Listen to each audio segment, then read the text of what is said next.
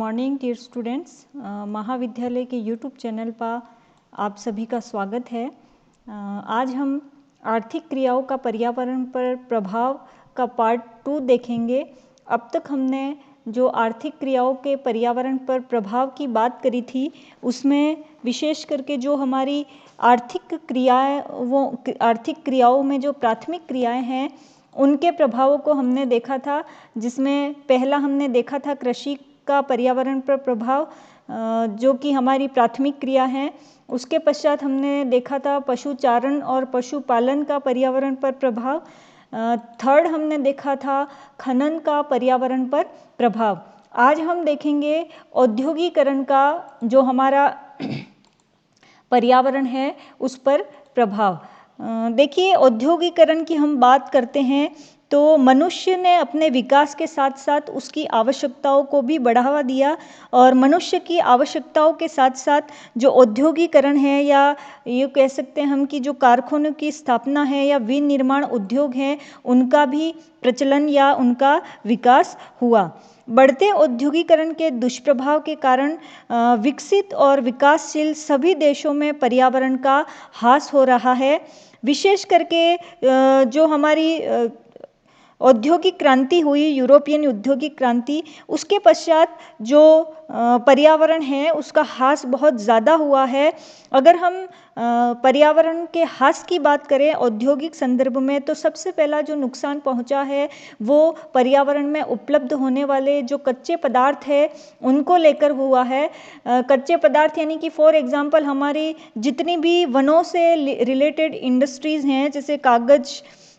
Rayon उद्योग, plywood उद्योग, इन सभी के लिए कच्चे माल की आवश्यकता के रूप में पेड़ों की कटाई निरंतर और बहुत अधिक मात्रा में हुई है, जिसके कारण जो वनों का विनाश हुआ है पर्यावरण के संदर्भ में वो बहुत अधिक हुआ है। इसी के साथ ही साथ औद्योगिकीकरण के कारण पर्यावरण को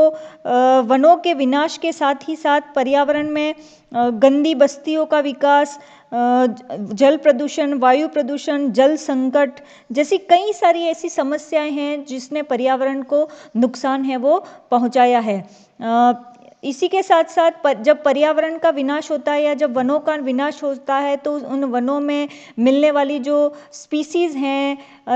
बायोडाइवर्सिटी हैं, जो वाटर साइकिल है, जो सोइल इरोजन है, इनकी भी जो मात्रा है वो बढ़ती जाती है। तो विशेष करके हम देखें कि जो हमारे पूर्व में हमने जो प्राथमिक क्रियाएं पढ़ी थी, कृषि, खनन और पशुचारण, पशुपालन, इनके साथ अगर हम औद्योगिकरण का कंपैरिजन करें तो औद्योगिकरण के कारण पिछले दशकों में पर्यावरण को ज़्यादा नुकसान पहुंचा है बनिस्पत के कृषि, खनन और पशुचारण और पशुपालन जैसी एक्टिविटीज़ से। इसी के साथ साथ हम देखते हैं कि औद्योगिकरण के कारण गंदी बस्तियों का निर्माण अधिक हुआ है, जैसे कि विशेष करके जो विश्व के विकासशील देश हैं जहां पर उद्योगों का विकास हुआ है, औद्योगिक शहरों का विकास हुआ है, वहां पर कच्ची गंदी स्लम्स एरिया का डेवलपमेंट ज़्यादा हुआ है, जिसने न केवल उस क्षेत्र को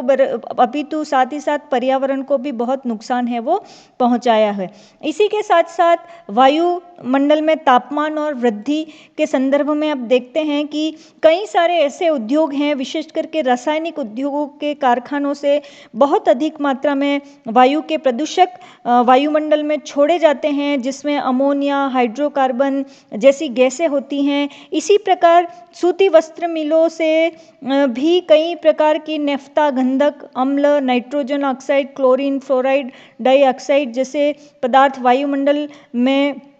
फैलते हैं और वायुमंडल को दूषित करते हैं। औद्योगिक नगरों में बढ़ते उद्योगों और परिवहन के साधनों और जनसंख्या वृद्धि के कारण वर्तमान में जो वायु प्रदूषण है वो एक बहुत बड़ी समस्या बन के हमारे सामने उभरी है। विशेष करके जो विकसित देश हैं या विकासशील देश हैं, दोनों एक दूसरे के कंपटीशन में उद्योगों का विकास कर रहे हैं, जिसके कारण हमारे विश्व का जो पर्यावरण है वो बिगड़ता जा रहा है। अगर भारत के संदर्भ संदर्भ में हम देखें तो भारत के अधिकांश महानगरों में वायुमंडल में महीन कणों की मात्रा आवासीय क्षेत्रों में निर्धारित स्तर से बहुत अधिक देखने को मिलती है और ये निरंतर ये मात्रा जो है वो बढ़ रही है। सल्फर के यौगिक और नाइट्रोजन के ऑक्साइड वायु की मात्रा भी निर्धारित सीमा को, हमारे वायुमंडल में उसकी सीमा जो जितनी होनी चाहिए उससे भी कई गुना बढ़ गई है। इसी के साथ साथ विभिन्न उद्योग ऐसे हैं जो जल को प्रदूषित कर रहे हैं। उन उद्योगों में जैसे विशेष करके उन उद्योगों को चलाने के लिए औद्योगिक प्रक्रमों में मशीनों को ठंडा करना, उनको साफ करना, विभिन्न रसायनों के तनु करने, औद्योगिक परिसर में पर्याप्त नमी बनाए रखना, उत्पादों की प्रोसेसिंग करना आदि क्रियाओं के लिए जल जो है वो अत्यधिक आवश्यक होता है। और ये जो जल है वो जब उद्योगों से निकलता है तो आसपास के जो नदी नाले तालाब झील समुद्र होते हैं उनमें ये जल है वो प्रवाहित हो जाता है, जिनमें कई सारे अपशिष्ट रासायनिक पदार्थ मिले हुए होते हैं। विशेष करके जो वस्त्र उद्योग है, पेट्रो रसायन उद्योग हैं, लौह इस्पात उद्योग है, कागज व लुगदी के उद्योग हैं, इसी प्रकार प्रसाधन सामग्री उद्योग हैं। इनमें बड़ी मात्रा में हानिकारक रसायन युक्त अपशिष्ट पदार्थ नदी तालाब झील और समुद्र में बहा दिए जाते हैं, जिनमें कई सारे कार्बनिक और अकार्बनिक दोनों प्रकार के प्रदूषक हैं वो हमको देखने को मिलते हैं। अगर हम भारत का ही उदाहरण लें तो हमारे देश में जो गंगा नदी है उसका जल है वो उद्योगों के कारण बहुत ही अप्रदूषित हो गया है। गंगा जहाँ से निकलती है उसके पश्चात ऋषिकेश तक उसका पानी स्वच्छ और सुंदर निर्मल रहता है, परंतु जैसे ही वो मैदानी भाग में प्रवेश करती है ऋषिकेश के पश्चात, उसके बाद वह ऋषिकेश से लेकर कलकत्ता तक जब वह समुद्र में मिलती है वहाँ तक कई सारी इंडस्ट्रीज़, कई सारे शहरों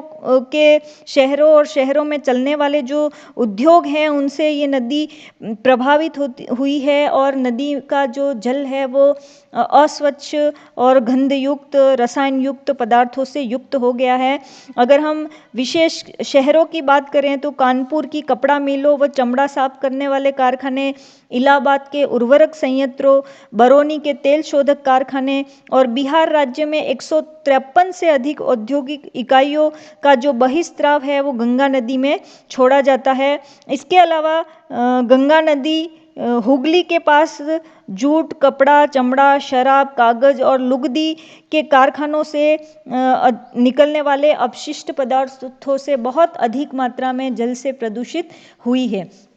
तो ओवरऑल हम जब औद्योगिकरण की बात करते हैं तो औद्योगिकरण के कारण हमारे पर्यावरण को सबसे ज़्यादा नुकसान पहुंचा है और यह नुकसान जो है न केवल स्थानीय या प्रादेशिक स्तर पर है अपितु औद्योगिकरण के कारण पर्यावरण को वैश्विक स्तर पर नुकसान पहुंचा है, जिसमें कई सारी समस्याएं हमको देखने को मिलती हैं। विशेष करके ग्लोबल वार्मिंग, विश्व तापमान में वृद्धि का होना, ओजोन परत का क्षय होना, ये प्रमुख ऐसी समस्याएं हैं जिन्होंने जो औद्योगिकीकरण के कारण विश्व में उपजित हुई हैं या विश्व में आई हैं। नेक्स्ट हम देखेंगे परिवहन के कारण पर्यावरण पर प्रभाव। देखिए जो परिवहन है वो हमारी आर्थिक क्रियाओं में तृतीयक क्रियाओं के अंतर्गत आती है ये क्रिया। तो परिवहन के द्वारा भी कई सारे जो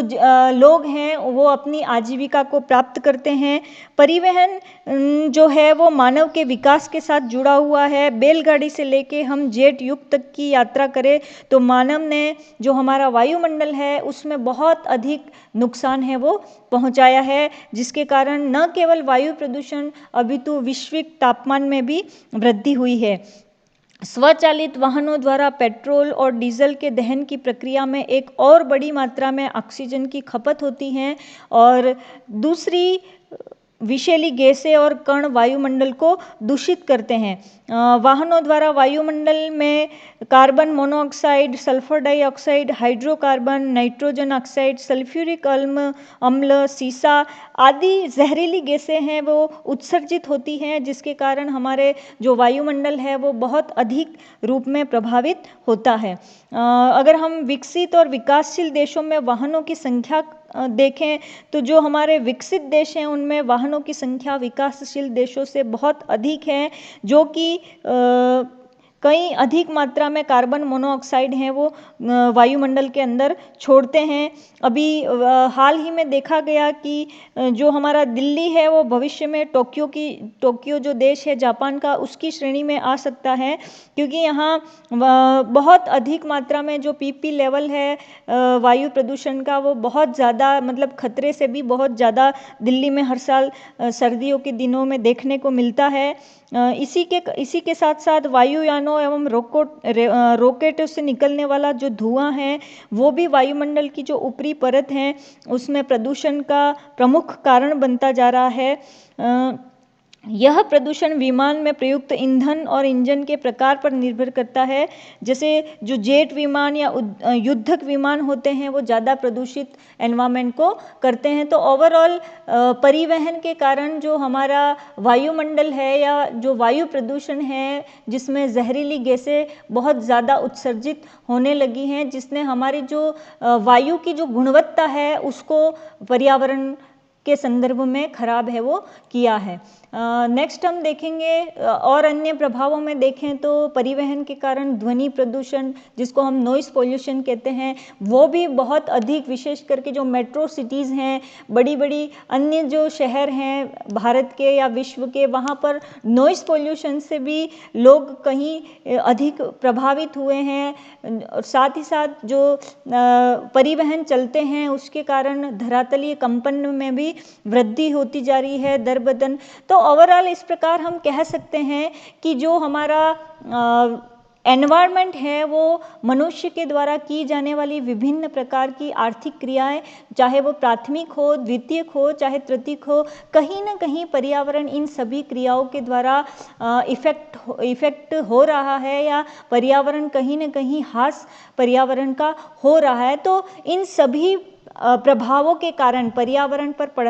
पड़ने वाले इन प्रभावों के कारण विश्व स्तर पर विभिन्न प्रकार की समस्याओं ने जन्म लिया है, जिसमें मैंने पहले अभी आपको बताया कि जैसे आपका तापमान में वृद्धि, इसके पश्चात ओजोन परत का क्षय, इसी के साथ वर्तमान में हम देख रहे हैं हाल ही के पिछले 10-5 सालों में क्लाइमेट चेंज होना, हर चीज़ ऋतु अनुसार नहीं हो रही है, हर चीज़ कभी ज़्यादा हो रही है, वर्षा है तो एक स्थान पे बहुत ज़्यादा हो जाती है, कहीं पे बहुत सूखा पड़ रहा है, जो वाटर क्वालिटी है उसकी गुणवत्ता का ह्रास हो रहा है। इसी के साथ साथ जो एयर पोल्यूशन है उसके कारण वायु की गुणवत्ता का ह्रास हो रहा है।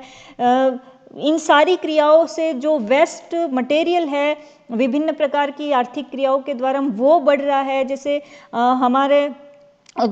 जो इलेक्ट्रॉनिक औद्योगिक क्रांति आई, जिसमें विभिन्न प्रकार की जो चिप्स हैं, कंप्यूटर्स हैं, ये डिजिटल सोर्सेस हैं, इनका जो वेस्ट मटेरियल है वो धरातल पर बढ़ता जा रहा है। हमारी जैव विविधता जो है वो वनों के विनाश होने के कारण नष्ट होती जा रही है। इसी प्रकार से महासागरों में जलयान के द्वारा जो ऑयल जो स्पिल हो रहा है उससे जो समुद्र की बायोडाइवर्सिटी है वो नष्ट हो रही है। तो इस प्रकार मनुष्य के द्वारा की जाने वाली जितनी भी ये आर्थिक क्रियाएं हैं, इन आर्थिक क्रियाओं के कारण पर्यावरण का ह्रास तो हो ही रहा है, साथ ही वैश्विक और प्रादेशिक स्तर पर विभिन्न प्रकार की समस्याएं हमारे सामने हमको देखने को मिल रही हैं। तो इस तरीके से हमने इस चैप्टर में हमारी प्राथमिक, द्वितीयक और तृतीयक क्रियाओं के द्वारा किस प्रकार तृतीयक क्रियाओं का प्रभाव पर्यावरण पर किस प्रकार हो रहा है, पर्यावरण किस तरीके से असंतुलित हो रहा है, किस प्रकार पर्यावरण का पारिस्थितिक संतुलन बिगड़ रहा है, इसके बारे में हमने आज चर्चा की। धन्यवाद।